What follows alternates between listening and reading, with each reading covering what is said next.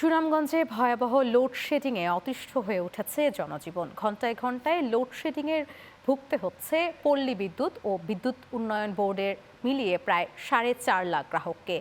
একদিকে গরমের কষ্ট, অন্যদিকে বিশ্বকাপ ফুটবলের ম্যাচ দেখতে না পেরে ক্ষুব্ধ গ্রাহকরা।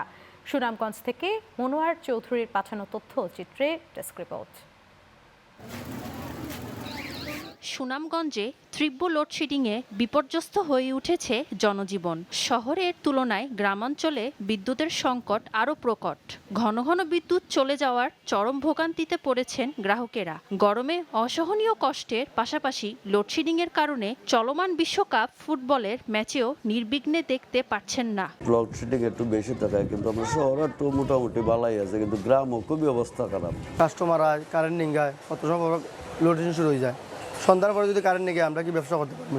আমরা কিন্তু কোনো বেশি হইতে 10 মিনিট কারেন্ট থাকে, আধা ঘন্টা কারেন্ট থাকে না। স্থানীয়রা বলছেন, বিশ্বকাপ ফুটবল ঘিরে তাদের মতো সাধারণ মানুষের কত আবেগ ও প্রত্যাশা থাকে, কিন্তু তীব্র লোডশেডিং সেই আনন্দকে ম্লান করে দিয়েছে। আমরা তো অন্য দেশে খেলা দেখতাম, এটার লাগি তো সমস্যা, কারেন্টের না, কারেন্ট অফিসও বন্ধ দেয়, কয় বুং বাং করে, এটা করলে তো ঠিক নাই। কারেন্ট গেলে ভালো, তারা ধন্যবাদ দেওয়া যায়। আমরা খেলার সময় যদি কারেন্ট নেই, ওইলা কারণ সময় মতো নিয়ে গিয়া কারেন্ট যেবার আমরা খেলা দেখি, ওই সময় কারেন্টটা নিলে সব থেকে ভালো হয়। কারেন্টটা ঠিক মতো না দেয়, আমরা সবে কারেন্টের বিদ্যুৎ অফিসও আন্দোলনে নামবো।